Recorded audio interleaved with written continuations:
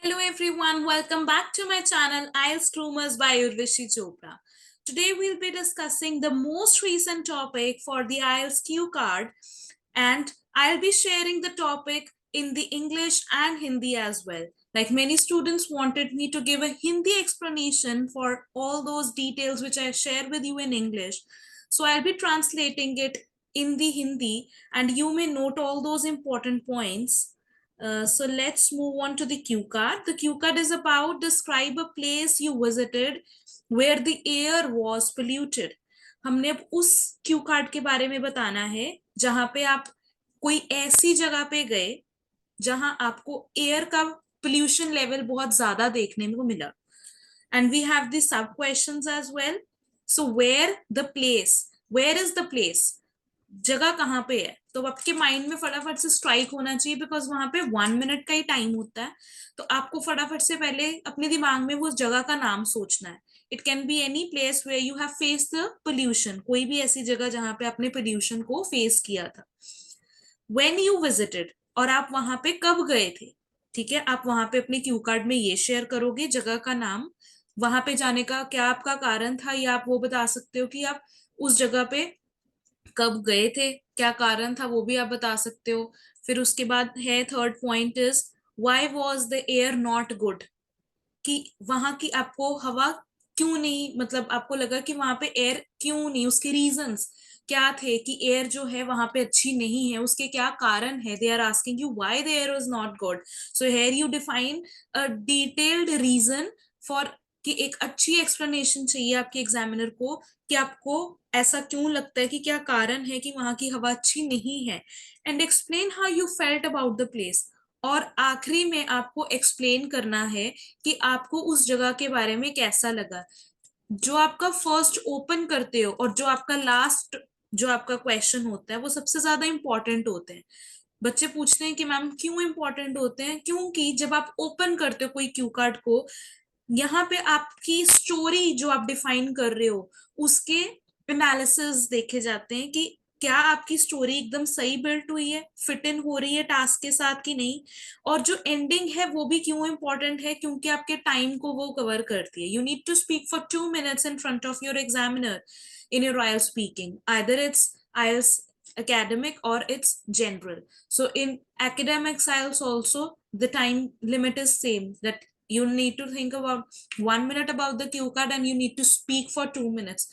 So here also you need to be inculcating your ideas in a minute, in a few fraction of seconds, so that you're able to convince the examiner, like through your task response, through your grammar, through your cohesion and coherence of the ideas, through your fluency you are speaking and how you are pronouncing everything. हर एक चीज जो है वो आपके criterias पे mark की जाती है कि आप कैसे उसको प्रेजेंट करते हो.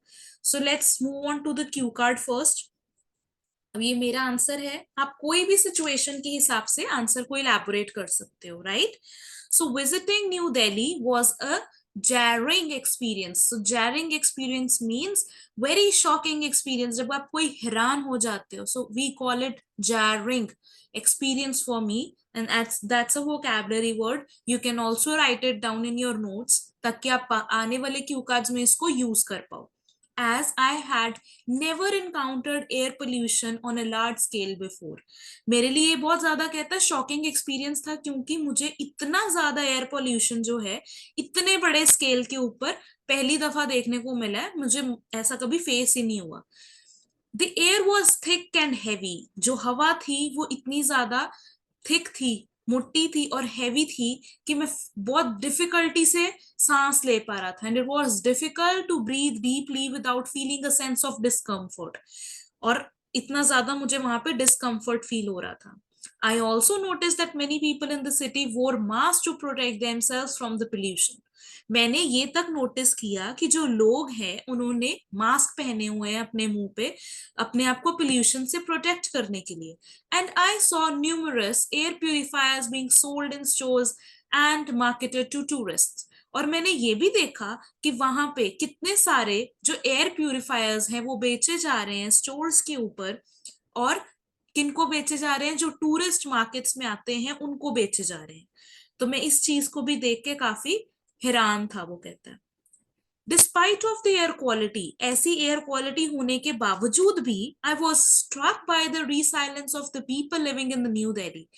मैं बहुत ज्यादा हैरान था, दंग था कि इतनी ज्यादा लोग कैसे बेयर कर पा रहे हैं। रीसाइलेंस मीन्स वो चुप हैं, वो शांत कैसे बैठे हैं इतनी ज्यादा पुअर एयर क्वालिटी होने के बाद भी। They had to adapt to the situation and were still going about the daily lives as best they could. वो इस सिचुएशन को अपने हिसाब से अडेप्ट कर चुके थे और वो इसको अपनी एक लाइफ का हिस्सा मान चुके थे मेरे हिसाब से। However, it was clear that air pollution was taking a toll on health and well-being of the population. But इतना तो मुझे बहुत देखने से पता लग रहा था। Toll on the health means कि हमारे ऊपर इफेक्ट पड़ रहा है एयर पोल्यूशन का, किसके ऊपर? पॉपुलेशन के ऊपर और उनकी हेल्थ के ऊपर भी। And it was a sobering reminder. Sobering reminder means a soft reminder, कि जिससे पता लग रहा है कि इन्वायरमेंट आपको वार्न कर रही है जिस चीज से, of the environmental challenges facing many cities around the world। कि ये बहुत ज्यादा आपको पता लग रहा है कि कहीं ना कहीं आपको एक अलार्म्स मिल रही है, सोबरिंग रिमाइंडर मिल रहा है कि इतना ज्यादा हेल्थ के ऊपर ये आ रहा है एयर पोल्यूशन, तो आपको ये एक इफेक्ट दे रहा है आपकी हेल्थ के ऊपर। So in conclusion, I visited to New Delhi was an eye-opening experience. So वो last में था ना question, how do you felt about going there and everything? तो आप यहाँ पे अपना बता सकते हो कि आपका एक्सपीरियंस कैसा रहा। That was an eye-opening experience for me. That was a devastating experience for me. Devastating again means negative experience. तो आप कोई भी यहाँ पे word use कर सकते हो। I have used the word eye-opening that gave me a new appreciation of the importance of clean air and challenges of combating air pollution on a large scale। मुझे ऐसा लगा कि मुझे अप्रिसिएट करना शुरू हो गई हूं मैं कि क्लीन एयर कितनी जरूरी है और हमें चैलेंजेस जो हैं कैसे फेस करने पड़ेंगे। कि reduce, combating means fighting with the air pollution on a large scale, कि कैसे हमें इन चैलेंजेस को फाइट करना है। While the pollution was certainly a negative aspect of my trip, pollution एक तरह से मेरे ट्रिप का एक नेगेटिव रहा aspect, it also gave me a greater understanding of the impact of a human activity on the environment। और मुझे ये भी देखने को मिला कि जो हम ह्यूमन एक्टिविटी कर रहे हैं, एक रीजन भी पूछा था ना उसने, तो उसको इसमें कंबाइन करके हमने बताया कि एक जो हम ह्यूमन एक्टिविटीज करते हैं उसका कितना इंपॉर्टेंट इम्पैक्ट हो रहा है इन्वायरमेंट के ऊपर, and the importance of taking steps to reduce our carbon footprint. और हमारे लिए ये कितना जरूरी हो गया है कि हम अपने एक्शंस को इस तरीके से कंट्रोल करें कि कार्बन डाइऑक्साइड ज्यादा से ज्यादा प्रोड्यूस ना हो, हमारी जो एनवायरमेंटल एयर है वो पोल्यूट ना हो हमारे एक्शंस के through. So this was all about the cue card. Again आपकी सिचुएशन डिफरेंट हो सकती है, your ideas can be different, you can use different vocabulary words, but to make sure you should relate the scenario very well, and it should seem that if you are framing the situation in your own way, it should seem real to your examiner. It should have a sense of base while you are speaking. So let's move on to the other part as well, for the which is the follow-up section of the question. So the first question is there more pollution now than in the past? Which is very common question, I guess. कि ये बनता भी है, जिसका मतलब ये है कि क्या आपको लगता है कि जो पोल्यूशन है वो आज के समय में ज्यादा है?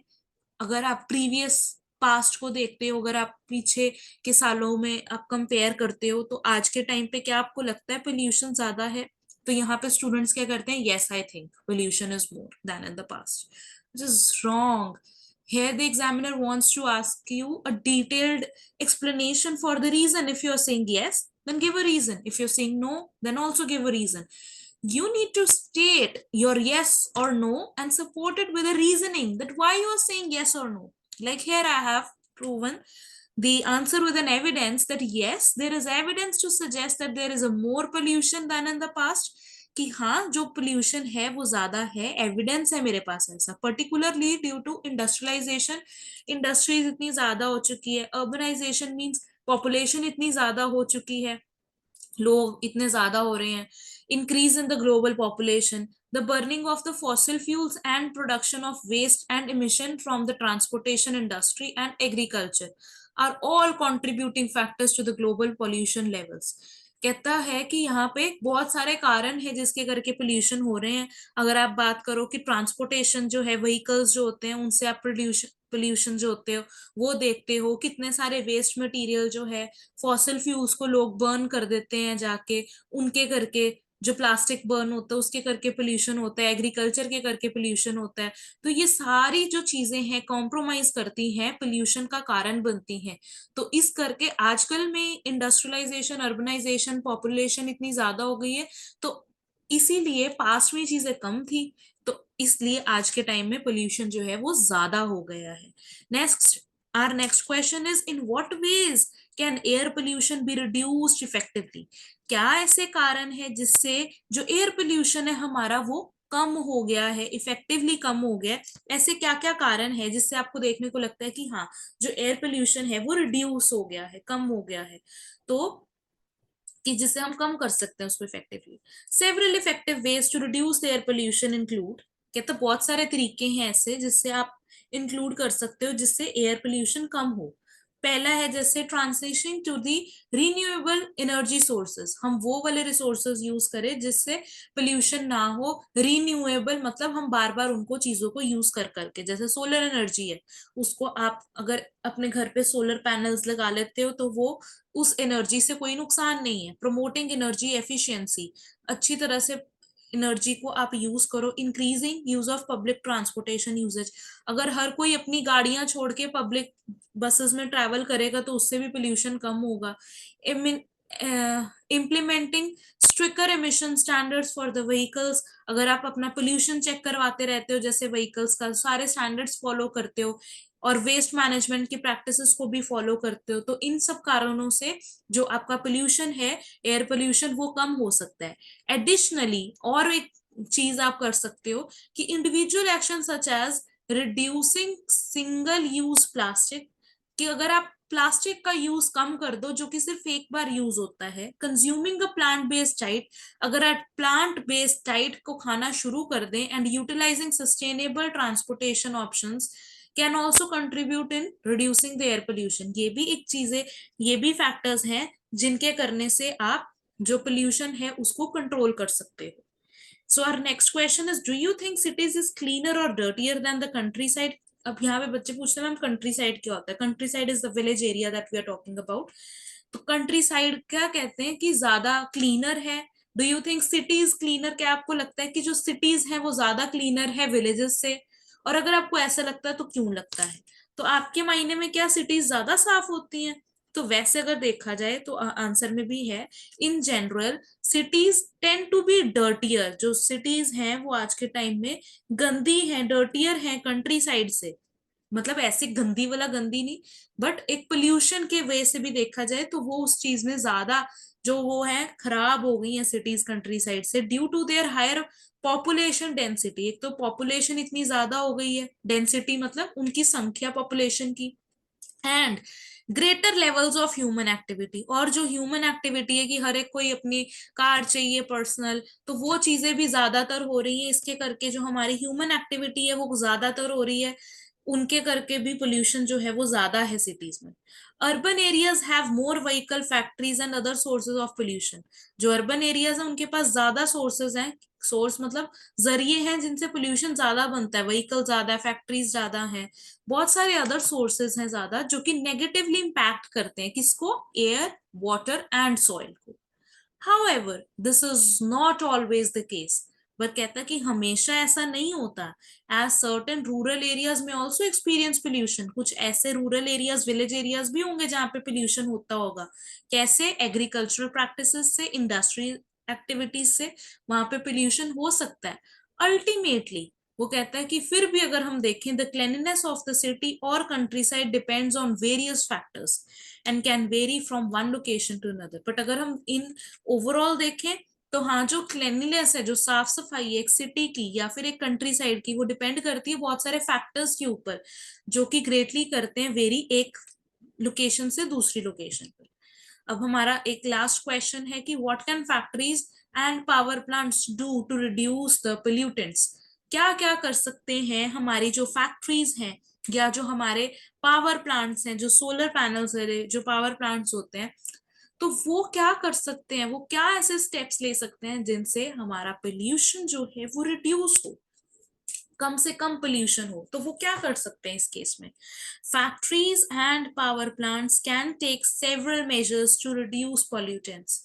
जो फैक्ट्रीज हैं और जो पावर प्लांट्स हैं, वो बहुत सारे ऐसे स्टेप्स ले सकते हैं जिनसे आपके रिड्यूस हो सकते हैं pollutants, such as installing emission control technologies like scrubbers and filters, using cleaner fuels, improving energy efficiency, and implementing waste reduction and recycling programs.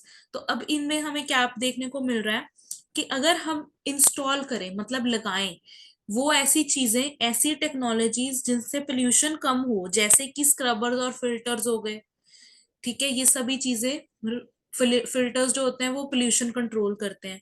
अगर हम अपनी गाड़ियों में क्लीनर फ्यूल्स भरवाएं, अगर हम इम्प्रूव करें अपनी एनर्जी की एफिशिएंसी को, लाइक हर टाइम लाइट ना ऑन करके उसको ऑफ रखें, एसीज को कम यूज करें, और वेस्ट को रिडक्शन को और कैसे इम्प्रूव करना है, रिसाइकल करें हर चीज, they can also reduce the number of pollutants released into air and water by using a closed loop system and reducing emissions through proper maintenance and monitoring.